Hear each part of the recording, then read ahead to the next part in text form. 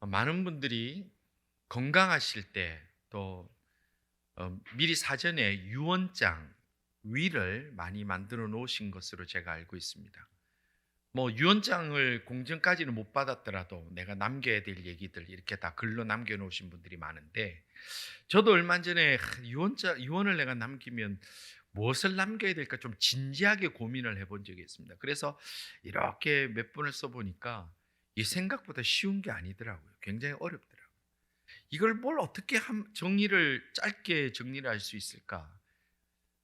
제가 그 자료를 찾는 중에 어느 변호사가 유언장을 기록하는 그 안내에 관한 글들을 쭉 기록했는데, 그 마지막 항목이 뭐냐 하면 유언장은 어느 날 하루아침에 정리되는 것은 아니다라는 글이 있더라고요.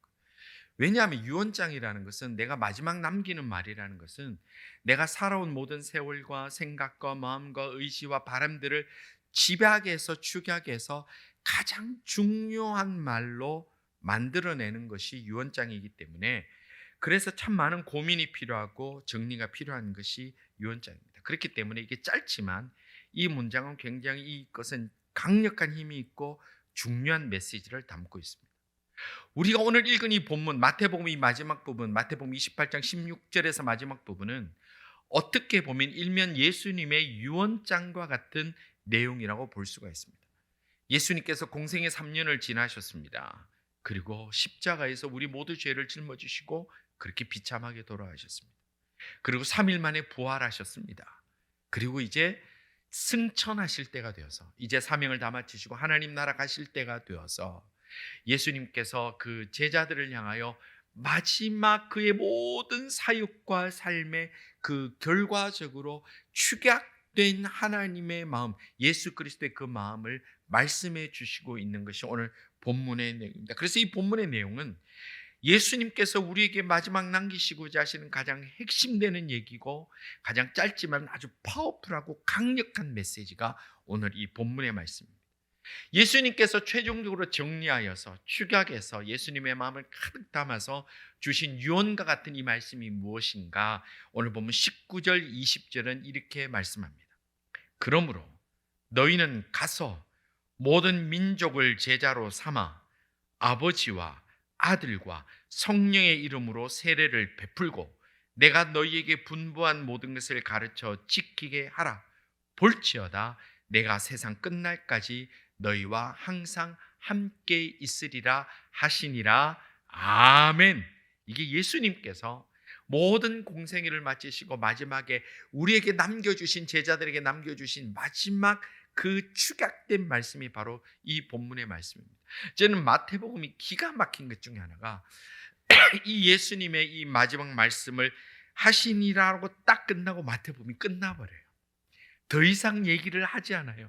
더 이상 필요 없는 거, 이게 결론이란 얘기예요. 이것이 바로 예수님께서 주시는 말씀인데, 신학자들은 이 부분을 뭐라고 얘기를 하냐면 지상대위임령, Great Commission 이렇게 얘기합니다. Great Commission, 가장 위대한 우리에게 주신 위임장, 위임령 이렇게 말씀합니다. 주님이 우리에게 맡기신 명령이라는 거예요. 자, 그런데 이 본문을 보면 어떻게 보면 주님께서 우리에게 이 명령을 지키기 위해서 어떤 단계적 상황으로 가라는 것처럼, 하라는 것처럼 보일 수도 있습니다. 보십시오. 너희는 가서, 자, 그 다음에 제자로 삼아, 그 다음에 세례를 베풀고, 그리고 가르쳐 지키게 하라. 어떤 순차적인 내용으로 보이지 않습니까? 근데 사실 이게 원어를 보면 이건 주동사 하나와 분사가 두 개로 나옵니다. 그러니까 이것은 하나예요. 뭐 이렇게 순차적으로 너희는 가고 그 다음에 제자로 삼고 세례를 베풀고 지키게 하라는 순차적 변화가 아니라 동사는 하나예요. 너희는 제자를 삼아라. 이게 동사 하나예요.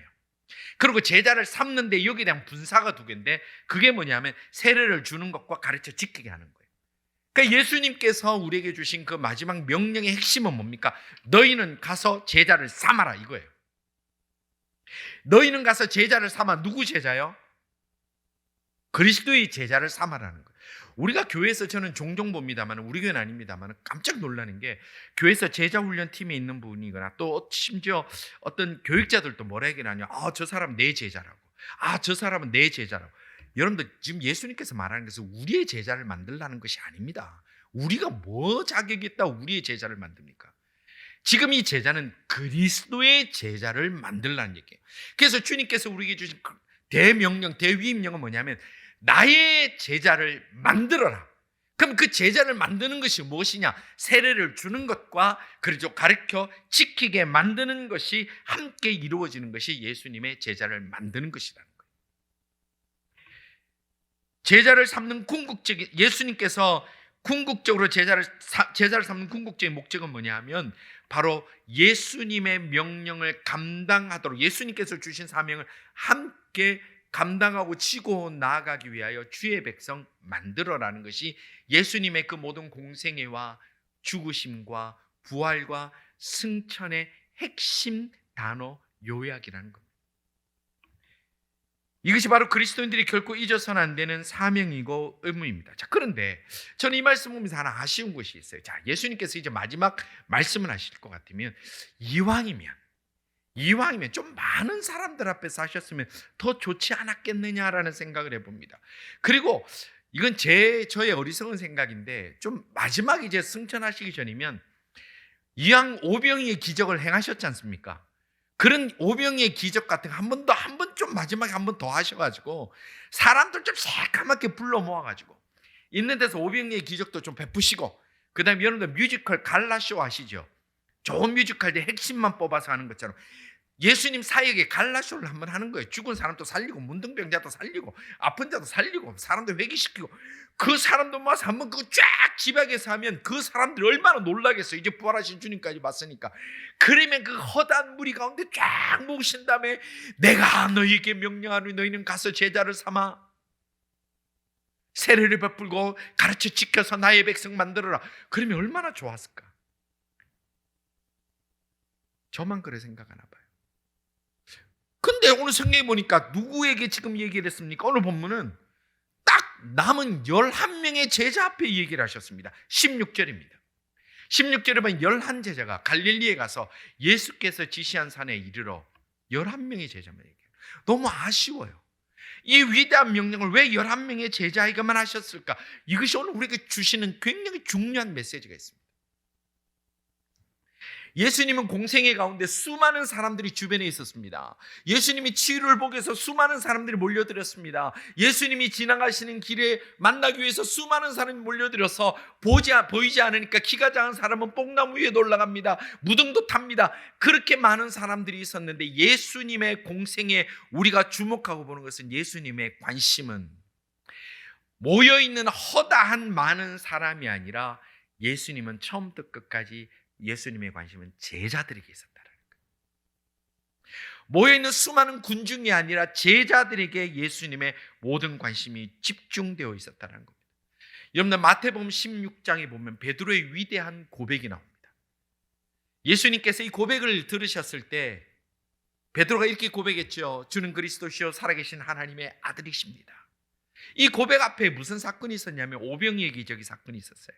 그 전까지 제자들은 예수님을 선생님 그랬어요. 선생님, 참 좋은 말씀해 주시는 선생님, 그렇게 따라다녔습니다. 근데 오병이의 기적을 봤거든요. 막 심장이 벌렁거립니다. 엄청나게 놀란 걸 봤습니다. 그때 예수님께서 제자들에게, 무리에게 말씀하신 것이 아니에요. 제자들에게, 사람들이 나를 보고 뭐라 그러더냐, 선지자라 그럽니다, 이사야라 그럽니다, 뭐 위대한 분이라 그럽니다 할 때 예수님 거기에 대해서 언급도 하지 않으세요. 관심도 없으셨어요. 예수님이 뭐라고 물으셨어요? 그러면 너희는, 제자들에게 너희는 나를 누구라 하느냐? 너희는 나를 누구라 하느냐? 예수님의 관심 언제나 제자들이었어요. 그때 베드로가 뭐라고 대답합니까? 주는 그리스도시요 살아계신 하나님의 아들이십니다. 그때 비로소 주님이 기뻐하시는 거예요. 그때 주님이 기뻐하시는 거예요. 주님은 수많은 사람들이 오병이의 그 기적의 현장에서 먹고 마시고 즐거워하고 환호했을지라도 주님은 여전히 제자들이 이 문제를 어떻게 보느냐에 관심을 가지셨습니다. 예수님은 수많은 사람들이 예수님께 몰려들어서 소리를 지르고 환영하고 초청했지만 예수님은 여전히 제자들이 예수님을 어떻게 생각하시고 어떻게 살아가실지에 대해서 주님은 그렇게 보고 계셨던 것입니다. 예수님의 유일한 관심은 많은 사람들 중에 누가 주님의 제자가 되며 누가 주의 명령을 따라 헌신하며 살고자 하는 데 집중되어 있는 것. 이것은 굉장히 중요한 겁니다. 오는 10일 날 우리 조국 대한민국에는 22대 국회의원 선거가 있습니다. 정말 시끄럽죠. 여기까지 시끄럽습니다. 거기 보면 이제 좀 유명한 유력 정치인이 이제 딱 뭐 어느 시장에 가면 사람들이 바글바글 몰리고 카메라도 몰리고 난립니다. 뭐가 그러면 확 하면 난립니다. 그런데 사람들이 아무리 많이 모여 있더라도 정치인의 관심은 그 모든 무리들이 있는 거예요. 누구인데 있어요? 표 찍어줄 사람에게만 있는 거예요. 사람들이 100만 명이 모이면 뭐합니까? 표 안 찍어주면 소용이 없는 거예요. 그 사람들의 관심 오직 표 찍어줄 사람만 있는 거예요. 거기서 표 찍어줄 사람은 관심도 없이 그냥 온 사람들이 좋아가지고 그러면은 뭐 아무것도 소용없는 거죠. 그건 아무 소용없는 거죠.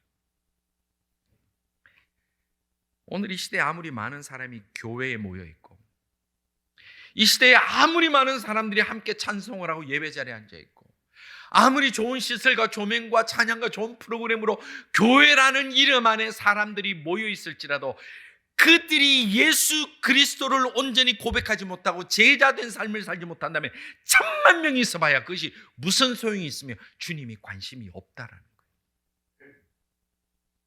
오늘 이 자리가 미어터진다 할지라도, 자리가 없어서 중간에 의자를 놓고 바닥에 앉는다 할지라도, 아무리 많은 사람이 모였을지라도 그 가운데 내가 주의 제자된 자로서 주님의 말씀대로 살겠습니다라는 결단하는 자가 없다면 주님은 이곳에 아무 관심이 없다라는 거예요.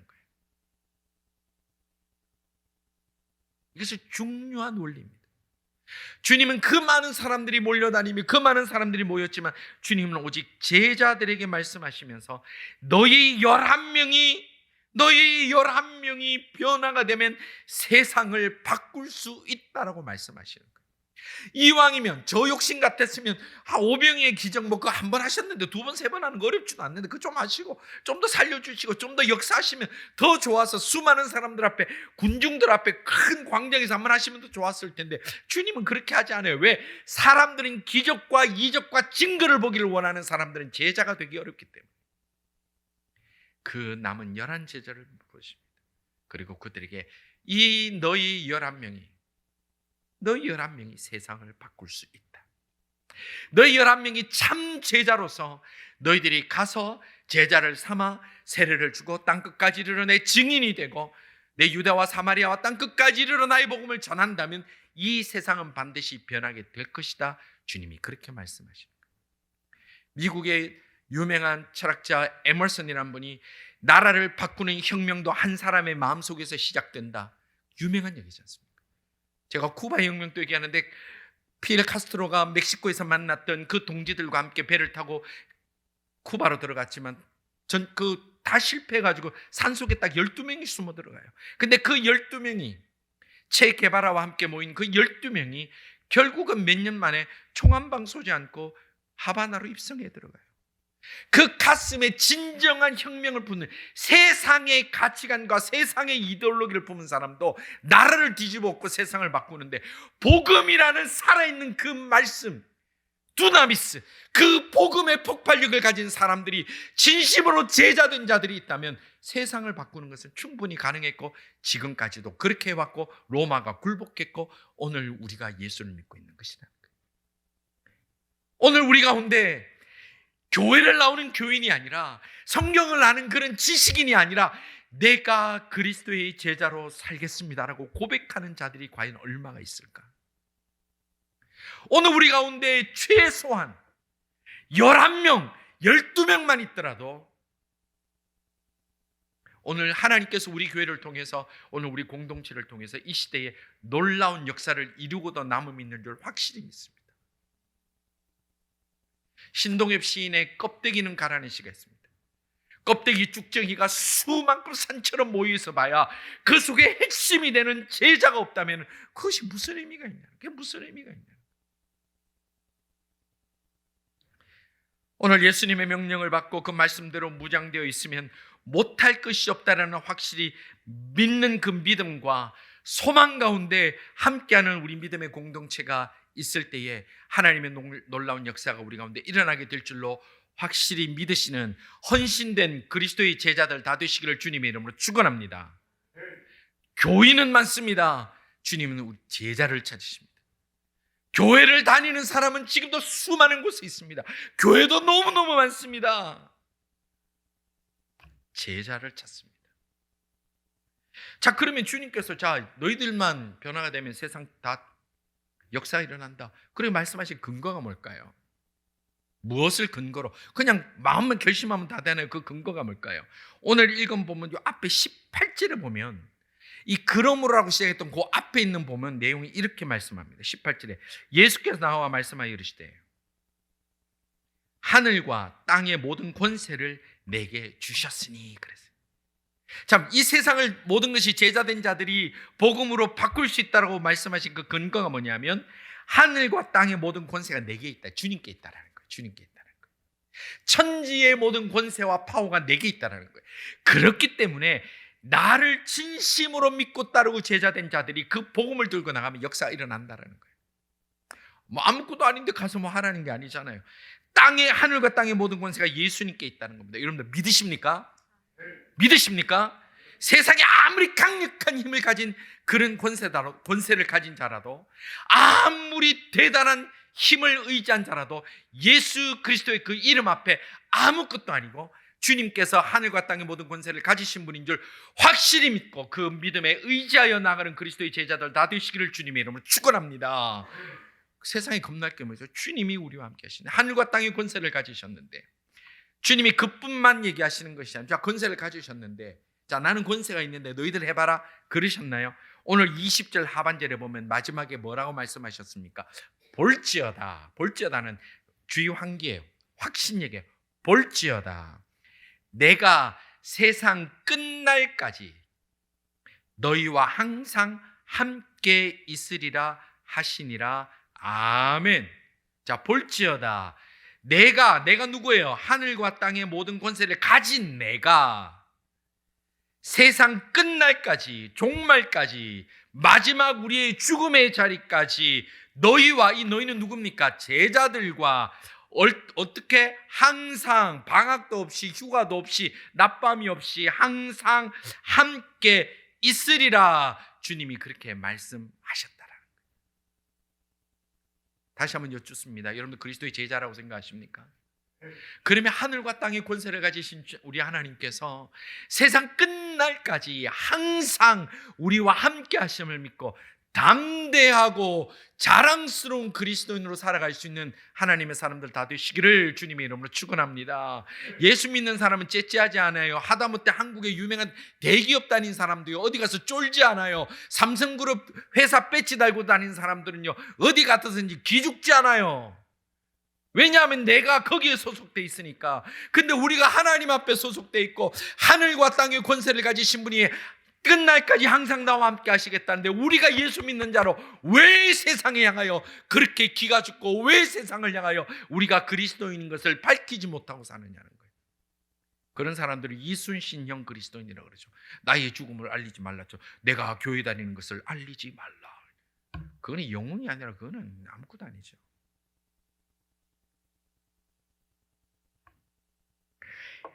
모든 권세가 하나님 예수님께 있기 때문에 끝날까지 함께 하시는 그 예수님과 함께 하시면 단 11명이라도 이 세상은 바뀌어진다라는 거예요.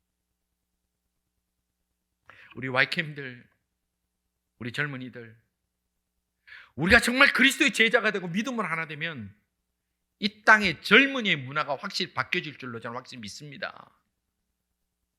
사명이 우리에게 있으면 이 땅의 수많은 젊은이들의 문화가 바뀌어집니다. 내가 확신이 없고 헌신이 없고 거기에 대한 열정이 있기 때문에 내가 세상을 따라가게 되는 거예요. 주님은 우리에게 그리스도의 깃대를 든 자를 향하여 세상을 따라오게 만들어라 했지, 왜 우리가 비겁하게 세상을 쫓아가고 세상처럼 안 되면 우리가 주눅드냐는 거예요. 달라져야 돼요. 성도 여러분, 기도해 주십시오. 우리 교회 청년분들, YKM들, 이들을 통하여서 이 땅이 바뀌어지고 이 땅의 젊은이의 문화가 바뀌어지고 유학생들의 문화가 바뀌어지고 2세들의 문화가 바뀌어지는 일들이 일어날 수 있기 위해서 우리 모두 함께 마음 모으는 온 교회가 되기를 간절히 소원합니다. 그런데 전도하세요. 생명 걸고 전도하세요. 못할 게 뭐 있습니까?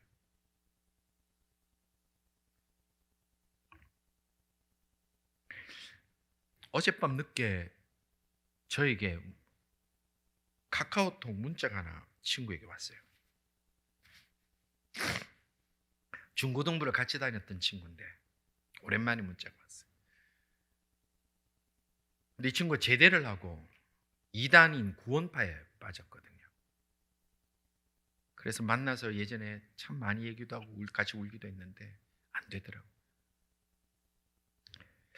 오랜만에 연락이 왔는데 이 친구 메시지 내용이 뭐냐면 미국에서 구원파 집회를 하는데 나보고 꼭 좀 참석했으면 좋겠다는 거예요. 어제 밤늦게 받았는데 그걸 받고 그냥 잠이 안 오는 거예요. 아니 가야 되겠나 고민해서 잠이 안 오는 게 아니라 예?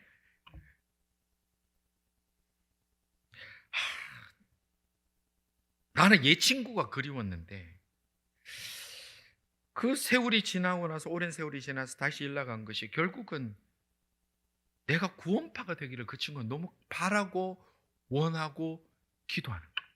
제가 예전에 말씀드린지 모르겠습니다만 저에게 제가 구원파로 가기를 정말 몇 년을 금식하며 기도한 친구. 대단하죠. 저는 포기한 줄 알았어요. 근데도 어젯밤에 또 문자 왔어요. 아, 너무 좋은 집회인데 배 목사 네가 꼭 좀 참석했으면 좋겠다. 그래서 제가 오늘 이 말씀 묵상하는데 그 생각이 나는 게 그럼 나에게 과연 이런 열정이 있나? 오랜 그 친구에게 연락을 해서 저 친구 싫어하는 줄 뻔히 알면서도 아니 지금 제가 목사예요. 그런데도 구원파 오라고 얘기할 만한 그런 자기의 확신과 적극적인 마음과 그렇게 애통하는 마음으로 애타는 마음으로 초대할 만한 열정이 내게 있을까?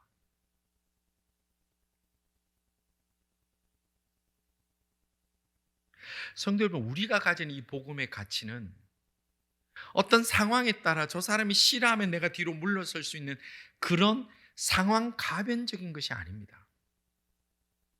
예수님께서 우리를 위하여 십자가에 못 박혀 돌아가시고 우리 죄를 다 용서하시고 부활하셔서 천국 가시면서 우리에게 제자가 되고 제자로 삼아라고 말씀하셨던 이 복음은 결코 우리가 작게 여기서는 안 되는 지상 대명령이라는 것.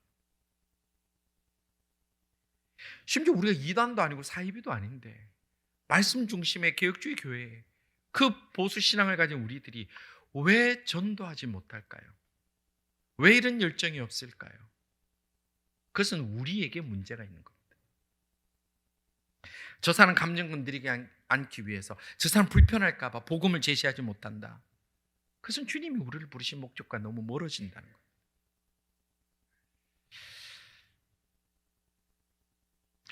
오늘 16일은 다음 주죠. 근데 기억하시는 분들 있으신지 모르겠습니다만 세월호가 침몰한 지 10주년 되는 날입니다. 저는 이 세월호 문제를 정치적으로 해석하고 싶은 생각은 조금도 없습니다. 그러나 299명이 죽고 5명이 실종됐던 그 엄청난 재난을 우리는 잊어서는 안 됩니다. 그 당시에 수많은 글들과 수많은 안타까운 일들이 있었는데 그때 나왔던 실종된 아이들을 찾는 과정 가운데 그 실종된 아이의 한 아버지가 안산에 있던 어느 교회 장로님이셨는데 그분이 온라인에 올렸던 그 글이 하나 있어요. 제목이 그리 아니하실지라도 라는 시예요.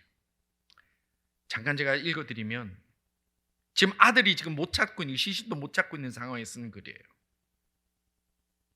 요나가 고기 뱃속에서 하나님의 계획을 깨닫고 회개하고 나온 것처럼 돌아와도 감사하고 그리 아실지라도 정민이가 이분 아들 이름이에요. 정민이가 하나님의 자녀로서 구원받은 것이 감사합니다.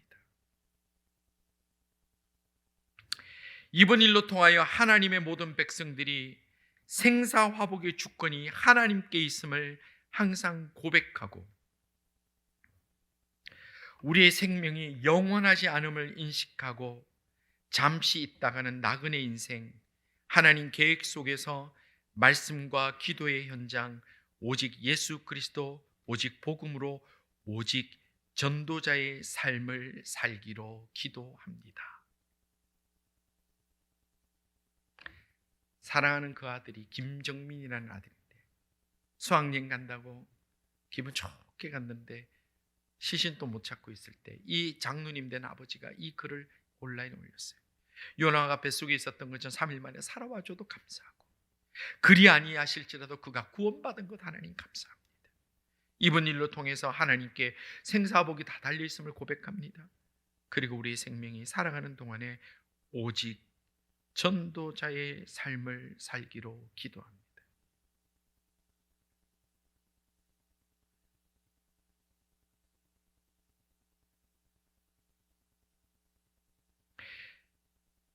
오늘 우리가 예수님께서 공생애를 마지막 마치시고 승천하시기 전에 마지막 하셨던 그 남겨주신 말, 너희는 가서 제자를 삼아라 라고 하신 그 말씀 앞에 순종하며 전도자로 살아갈 수 있는 우리 모든 성도들이 다 될 수 있기를 주님의 이름으로 축원합니다. 그것이 우리의 사명입니다. 그것이 우리의 사명입니다. 어떤 일을 만나더라도 우리가 먼저 예수님의 참 제자가 되기를 원합니다. 어떤 일을 만나도 우리가 먼저 예수님의 부활의 첫 열매가 되심을 전하는 자가 되기를 원합니다. 어떤 일을 만나도 하늘과 땅의 모든 권세를 가지신 우리 주님께서 세상 끝날까지 우리와 항상 함께 계신다는 것을 굳게 믿고 주님이 우리의 구주 되심을 친구들에게 주변에게 정말 전하면서 그 손을 잡고 교회로 함께 인도하면서 그 천국까지 함께 나아갈 수 있는 복된 하나님의 사람들, 그리고 이 토론토 땅을 복음으로 새롭게 만드는 데 쓰임받는 우리 모든 믿음의 공동체가 될 수 있기를 주님의 이름으로 축원합니다. 기도드리겠습니다. 아버지 하나님, 저희들이 구원받은 것만 너무 감사하고 받은 사명은 잊고 살아가는 것을 용서하여 주시옵소서. 주의 이 땅에 수많은 껍데기만 보며 나도 껍데기가 되어도 괜찮겠지라고 착각하지 않게 하시고 참 제자로서 살아가며 그리스도의 제자 삼는 일에 최선을 다하며 그 사명 잘 감당하며 달려갈 수 있는 저희 모두가 다 될 수 있도록 역사해 주시며 저희 교회가 그런 교회가 될 수 있도록 주님 저희들에게 은혜 부어 주시며 성령이여 저희들을 사로잡아 주시옵소서. 주여 쓰임받기 원합니다. 주님 앞에 온전히 사로잡히기를 원합니다. 주님 사용하여 주시옵소서. 예수님 이름으로 기도드리옵나이다. 아멘.